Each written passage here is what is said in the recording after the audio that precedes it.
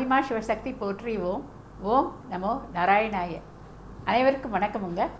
உங்கள் அனைவரையும் இந்த 216வது பதிவு வற்றாத சக்தி மிக்க வற்றாப்பளை கண்ணகி அம்மன் கடல் நீரால் ஏற்றும் தீபம் இலங்கை என்னும் சிறப்பு பதிவில் சந்திப்பதில் மிக்க மகிழ்வடைகிறேன். நான் சித்தர் கீதா, மதுரையில் இருக்கிறேன். நான் 17 ஆண்டுகளாக அம்மன் ஆதிமா சக்தி மற்றும் ஆதிசிவன் மூலமாக சைக்கிக் ரேக்கி எனப்படும் உயரக ரேக்கி சிகிச்சையை செய்து வருகிறேன். செய்வது அனைத்தும் அம்மன் தான். சித்தர் என்று கூறப்படுவதும் அவர்கள்தான். நான் அவர்களின் கருவியாவேன். எவ்வாறு செய்து வருகிறேன் என்பதை அறிமுக விளக்கம் என்ற குறு வீடியோ மற்றும் ஆரம்பகால பதிவுகளில் நீங்கள் பார்த்து தெரிந்து கொள்ளலாம். குமுதம் பக்தி மற்றும் ஆன்மீகம் இதழ்களில் குணப்படுத்திய வியாதிகள் மற்றும் சைக்கிக் ரேக்கி பற்றிய விவரங்கள் விளம்பரங்களில் தொடர்ந்து வந்து கொண்டுள்ளன. இப்போது நாம் பதிவுக்குள் செல்வோம். வரலாறு படைத்த புரட்சி நங்கை கற்புக்கனல் கண்ணகிக்கு அவர்கள் தம் சிறப்பறிந்து சேர மன்னன் செங்குட்டுவன் பின்னாளில் இமயம் சென்று வென்று கல்லெடுத்து சிலை செய்து கோவில் கட்டினான். கிபி 2ஆம் நூற்றாண்டில் இதற்கான விழா எடுக்கையில் இலங்கையை ஆண்ட கஜவாகு மன்னன் சேரன் செங்குட்டுவனின் அழைப்பை ஏற்று வீரமங்கை கற்புக்கரசி கண்ணகி கோவில் கட்டிய கும்பாபிஷேக விழாவில் பங்கேற்று அவர்கள் பெருமை அறிந்து இலங்கை வந்து கண்ணகி வழிபாட்டை பரப்பினான். இலங்கையில் ஆன்மீக தொண்டாற்றிய ஒழுக்கசீலர் தவத்திரு ஆறுமுக நாவலர் கூற்றுப்படி ஆகம விதி மரபுப்படி சக்தி வழிபாடு சைவ சமய சித்தாந்தத்திற்கு ஏற்புடையது என்பது அன்றி சிறு தெய்வ வழிபாடு அன்று. அது சரியான ஒன்றே ஆகும் என்பதற்கு முதலில் 2 உண்மை சான்றுகளை முன்வைக்கிறேன். கேரளாவில் கண்ணகி சிறு பாவாடை சட்டை அணிந்த பெண்ணாக படகோட்டி ஒருவரிடம் வந்து அவர் வீட்டில் தங்கி தனக்கு வழிபாடு செய்யுமாறு கூறிய இடமே ஆண்டுதோறும் லட்சக்கணக்கான பெண்கள் கூடி பொங்கல் வைக்கும் ஆற்றுக்கால் பகவதி அம்மன் கோவில் ஆகும். இது குறித்த சிறப்பு பதிவு நம் கண்ணகி அம்மனுக்கு பொங்கல் வைக்கும் 40 லட்சம் கேரளா பெண்கள் ஆட்டுக்கால் பகவதி அம்மன் பதிவு 89இல் நீங்கள் காணலாம். அங்கே பகவதி அம்மன் பத்ரகாளி காலடியில் கண்ணகி சிலை சிறுமி வடிவில் பிரதிஷ்டை செய்யப்பட்டு இருக்கும். மதுரையில் வடக்கு வாசல் அருள்மிகு செல்லத்தம்மன் கோவிலிலும் உபதெய்வமாக கண்ணகி தாய் எழுந்தருளி அருள் பாலிக்கிறார். முக்கிய தெய்வமான செல்வம் வழங்கும் காளி அன்னை மணி, அரிவாள், சுத்தி, சூலாயுதம், கபாலம், தவலாம், உடுக்கை, அபயவரத கரங்கள் என 8 திருக்கரங்களுடன் இடது காலில் ஆணவம் கொண்ட முயலகனை தலையில் மிதித்த நிலையில் அமர்ந்த கோலத்தில் அருள் பாலிக்கிறார். சிலம்பரசியான கண்ணகி முன்பு மதுரைக்கு வெளியே ஆயர்பாடியாகிய இவ்விடத்தில் இடைச்சி என்ற அடைக்கலம் தந்த ஆயர்குல மங்கை வீட்டில் கோவலனுடன் தங்கினார்கள். பின்னர் கணவனுக்காக மதுரையை எரித்து நீதியை நிலைநாட்டிய பின் ஆயர்பாடி மக்களிடம் நன்றி கடனாக தன்னை வழிபட்டால் அருளாசிகள் நல்கி அவர்கள் குறை தீர்ப்பதாக கூறி பின்னர் சேரநாடு புறப்பட்டார்கள். ஆகவே இங்கே இடைச்சிக்கும் கோவிலில் சிலை உண்டு. கண்ணகி அம்மன் இடது கையில் சிலம்புடனும் வலது கையில் செண்டுடனும் அமர்ந்த நிலையில் காட்சி அருளுகிறார்கள். ஆரம்பத்தில் கண்ணகியின் சீற்றம் அதிகமாக இருந்ததால் சுற்று வட்டாரத்தில் அடிக்கடி தீ விபத்துகள் நடந்தனவாம். அப்போது ஒரு சிவனடியார் கனவில் தோன்றிய சிவபெருமான் கண்ணகியின் சினத்தை குறைத்து சாந்தப்படுத்த அருகில் மீனாட்சி அம்மன் சிலையை பிரதிஷ்டை செய்து வழிபடுமாறு கூற அவ்வாறே செய்யப்பட்டு இப்போது கண்ணகி அம்மன் சிலைக்கு அருகில் சொக்கநாதர் மீனாட்சியாக அவ்விருவரும் அருள் பாலிக்கிறார்கள். நாம் இப்போது பார்க்க இருக்கும் முல்லைத்தீவு வற்றாப்பளை கண்ணகி அம்மன் கோவில் நிகழ்வுகளுக்கும் மேற்கூறிய 2 கோவில் சம்பவங்களுக்கும் நெருங்கிய தொடர்பு உண்டு.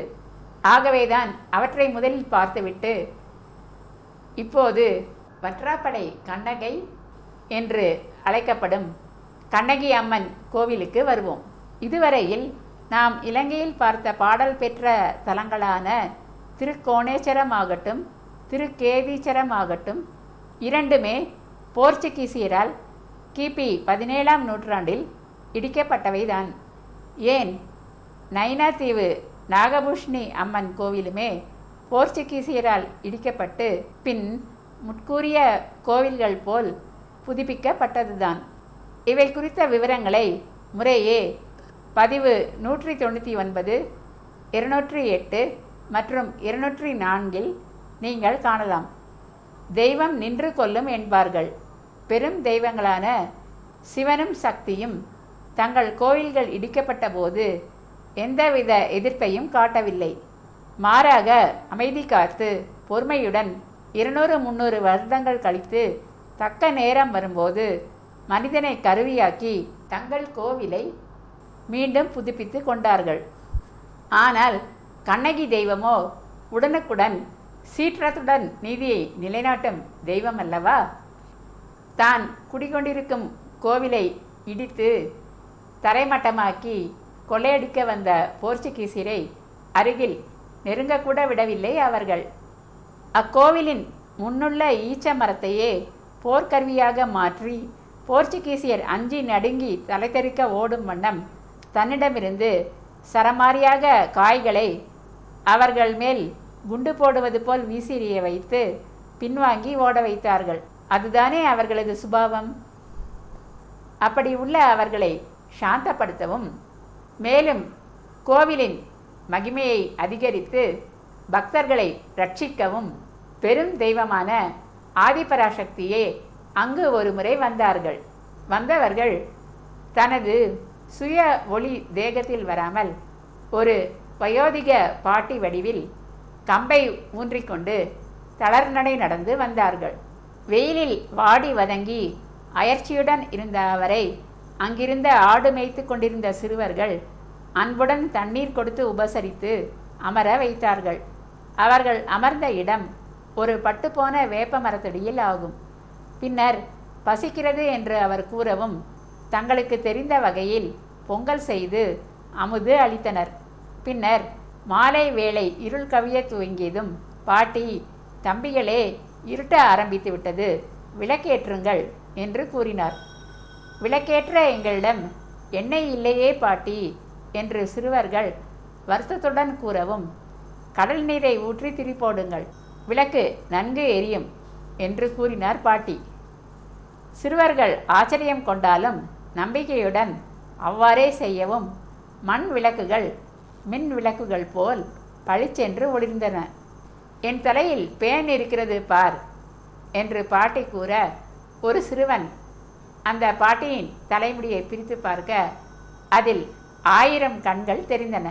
1000 கண்ணுடைய ஆதிபராசக்தி நடத்திய லீலையை புரிந்து கொள்ள இயலாத அந்த சிறுவன் அதிர்ச்சியும் ஆச்சரியமும் ஒருங்கே அடைந்தான். விளக்கேற்றிய சிறிது நேரத்தில் பாட்டி ஆச்சரியமாக வந்த சுவடு தெரியாமல் மறைந்து போனார்கள். அதற்கு முன்னால் பாசத்துடன் தன்னை உபசரித்த சிறுவர்களிடம், எனக்கு வைகாசி மாதம் ஒரு திங்கள் பொங்கல் வையுங்கள், அப்போது நான் அவசியம் வருவேன், கடல் நீரிலும் அச்சமயம் விளக்கெரியும் என்றார்கள். அவர்கள் சென்ற பின் சிறுவர்கள் ஓடோடி சென்று ஊர் பெரியவர்களிடம் நடந்தவற்றை கூறினார்கள். அவ்வூர் மக்கள் வேளாண் குலத்தை சார்ந்தவர்கள். அவ்வூர் வற்றாப்பளை அருகில் இருந்த முள்ளியவளை ஆகும். முதலில் நம்ப மறுத்த அவர்கள் பின் சிறுவர்களை பின்தொடர்ந்து வந்து பார்க்கையில் கடல் நீரில் விளக்குகள் எரிந்து கொண்டிருந்தன. பட்ட வேப்ப மரமோ துளிர்விட்டு தளிர்த்து இருந்தது. ஆகம முறைப்படி அவ்வூர் சக்தி கோயிலாக அறியப்பட்டாலும் கிராம மக்கள் கற்புடைய கண்ணகி தெய்வமே அவ்வாறு வந்ததாக நம்பிக்கையுடன் ஆண்டாண்டுக்கு வைகாசி திங்களை ஒட்டி 3 வாரங்கள் விழா எடுக்கிறார்கள். சமீபத்தில்தான் சித்ரா பௌர்ணமியான ஏப்ரல் 22ஆம் தேதி தேரோட்ட வைபவம் பெரும் திரளான மக்கள் பங்கேற்க வெகு சிறப்பாக நடைபெற்றது. வைகாசி பொங்கல் வைபவத்தில் தேர்ந்தெடுக்கப்பட்ட வேளாண் குல பெருமகனார் ஒருவர் கடுமையான விரத அனுஷ்டானங்கள் கடைபிடித்து பின் மங்கள வாத்தியங்கள் முழங்க ஊர் மக்கள் புடைசூழ துணியால் மூடிய வாயுடன் இருவர் மட்டும் துணையாக வர அலை கடலினுள் சென்று புனித கடல் நீர் தானாக அலையேற்றத்தில் நிரம்பும் வண்ணம் ஒரு பித்தளை பாண்டத்தில் பிடித்து பின்னர் அதை முள்ளியவளை காட்டு விநாயகர் கோவிலில் கொண்டு வந்து வைப்பார். பின்னர் கண்ணகியம்மனுக்கு உரிய பூஜை புனஸ்காரங்கள் பொங்கல் நிகழ்வுகள் ஒரு வாரம் நிகழும். அச்சமயம் கடல் நீரே எண்ணெய் தன்மை பெற்று விளக்கு எரியும்.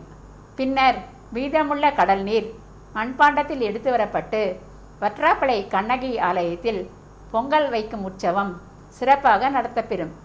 அப்போது மீதமுள்ள உப்பு நீரே விளக்கேற்ற பயன்படுத்தப்படும். நான் இவ்வருட புத்தாண்டு பதிவாக lit the lamp with water, தண்ணீரினால் விளக்கேற்றுங்கள் என்ற 191வது பதிவில் அவ்வாறு செய்த மகான்கள் ஷீரடி சாய்பாபா, நமிநந்தி நாயனார், வள்ளலார் பற்றி கூறியிருந்தேன். பூரண தெய்வ அருள் இருந்ததினால் அவர்கள் அவ்வாறு செய்தனர். அனைத்து மக்களுக்கும் தாயான அன்னை தன்னை உண்மையான மனதில் கள்ளம் கபடமின்றி வழிபடும் வெள்ளை உள்ளம் கொண்ட கிராம மக்களுக்கும் அதே விதமாக அருளாசிகள் நல்கி அற்புதங்கள் நிகழ்த்தி வருகிறார். அச்சமயம் இலங்கையில் மட்டுமன்றி புலம்பெயர்ந்த நாடுகளில் இருந்தும் ஏராளமான பக்தர்கள் இப்பெருவிழாவில் கலந்து கொண்டு நேர்த்தி கடன்களை நிறைவேற்றுவர். தூக்கு காவடி, பறவை காவடி, பாட்செம்பு, தீச்சட்டி என பல வகை நேர்த்தி கடன்கள் அர்ச்சனையுடன் இனிதே நடத்தப்பெறும். வற்றாப்பளை கண்ணகியம்மன் கோவில் சிறிய கோவில் என்றாலும் நேர்த்தியாக வடிவமைக்கப்பட்ட கோவில் ஆகும். கடலை ஒட்டி அமைந்த இத்திருக்கோவிலின் முன் போர்ச்சுகீசியருடன் போரிட்ட வாரிசு ஈச்ச மரம் ஒற்றையாக நின்று சாட்சி கூறுகிறது. வாயிலில் காவல் தெய்வங்களான இரு தேவியர் சிம்ம வாகனத்துடன் அழகுற காட்சி அருளுகின்றனர்.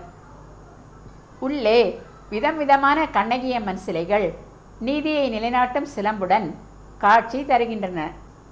முதிய பாட்டி வடிவில் வந்த அம்மனுக்கு பொங்கல் மரியாதை, ஜபமாலை ஏடு சகித கேரள பகவதி அம்மன், சக்தி பூஜை, புனித நீர் எடுத்துச் செல்லும் வைபவ சிலைகள் அற்புதமானவை. கண்ணகி அம்மனின் மூலவர் உற்சவர் சிலைகள் தெய்வீக அருள் தோற்றத்துடன் வடிவமைக்க பெற்றுள்ளன. விழா காலங்களில் கண்ணகி காப்பிய சிலம்புக்கூறல் வைபவம், அம்மன் சிந்து சிறப்பாக மக்களுக்கு எடுத்துரைக்க பெறுகின்றன. மொத்தத்தில் வற்றாப்பளை கண்ணகை என்று அன்புடன் அழைக்கப்படும் கண்ணகி அம்மன் இன்றும் வற்றாத ஜீவநதியாக, அருள் வெள்ளமாக இன்றும் அருளாசி நல்கி மக்களை ரட்சித்து வருகிறார். அவர்தம் பெருமையோ பெரிது, நேரம் கருதி நான் கூறியவையோ சிறிது. அன்னையின் அருள் மலர்பாதத்தை வணங்கி இப்பதிவை நான் நிறைவு செய்கிறேன். சப்ஸ்கிரைப் செய்யாதவர்கள் அவசியம் செய்யுமாறு கேட்டுக்கொள்கிறேன். மேலும் கேஸ் விஷயமாக என்னை சந்திக்க விரும்புபவர்கள் கீழே வரும் தொலைபேசி எண் 0452420851 என்ற தொலைபேசி எண்ணில் தொடர்பு கொள்ளுமாறு கேட்டுக்கொள்கிறேன். லைக்கும் போட்டு உற்சாகப்படுத்தலாம், கமெண்ட்ஸிலும் தங்கள் கருத்தினை தெரிவிக்கலாம். இதுவரை பொறுமையாக பார்த்த உங்கள் அனைவருக்கும் எனது மனமார்ந்த நன்றிகள். வணக்கம்.